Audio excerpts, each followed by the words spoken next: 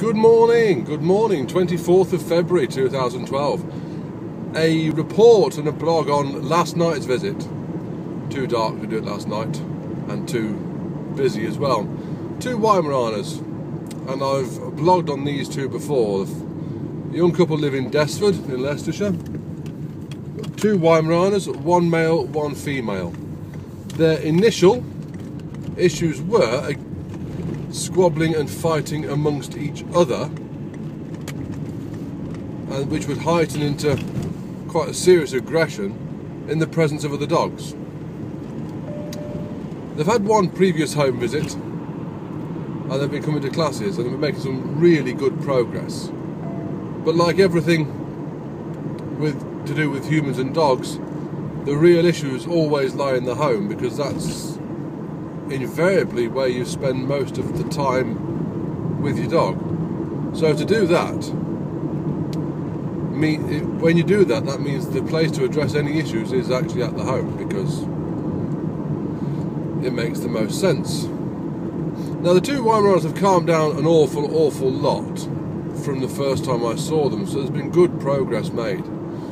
But there's a few issues that still concerned me, and to be fair, concerned the owners. So it's nice when you're all coming off the same page of the of the wish list. Effectively, there was a lot of treating the owners with a lack of respect.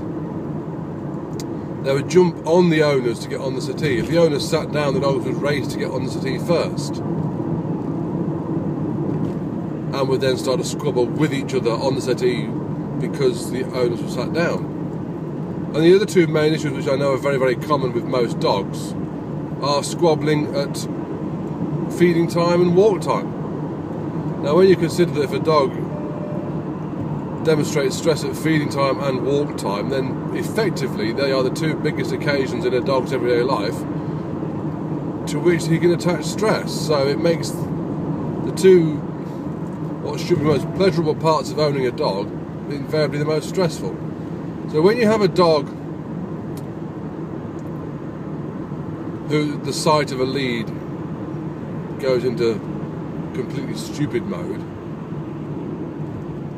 and rushes to the door, barks excitedly, and does the same thing for the food, owners tend to fall into a little trap of, let's use some commands, let's make the dog sit. Which is all well and good, but the trouble with that is the dog can still be there in a perfect sit, yet it can still be bubbling with frustration and excitement. Just because you've made the dog sit, you haven't made the dog change its mind or change how it thinks it should behave. So we did some work last night with these two Weimaraners around the food in particular that showed them that calming down, genuinely calming down, got them fed. We removed all verbal commands, we removed all sit commands, all release commands. Oh, go on then, because again, that engenders an explosion of excitement which makes the dogs effectively gobble the food down. So by calming it all down, teaching the dogs they got the food when they were calm, they eat slower, they take their time, they enjoy the food more. Same as if we go out for a nice meal, we don't want to rush through it, we want to take our time, enjoy the experience. So should our dogs. Same thing applies with the leads. We put the leads on the dogs and left them, because that then gives the dog a chance to calm down. Yes, when you pick up the leads, they get the same association. That's where the work is now required, to condition these two dogs that actually the leads on and going for a walk means it happens, but only when you can't.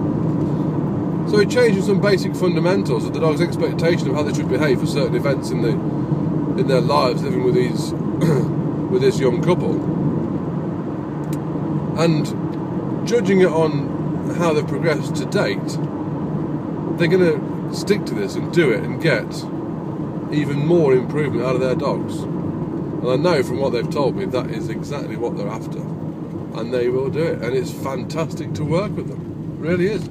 So last night was challenging, interesting as always, fun, definitely, and to see the dogs change and to see the owners comprehend how to do it and what to do, that's when it really starts to get you buzzing and make it oh so very worthwhile. So very good visit, very good visit.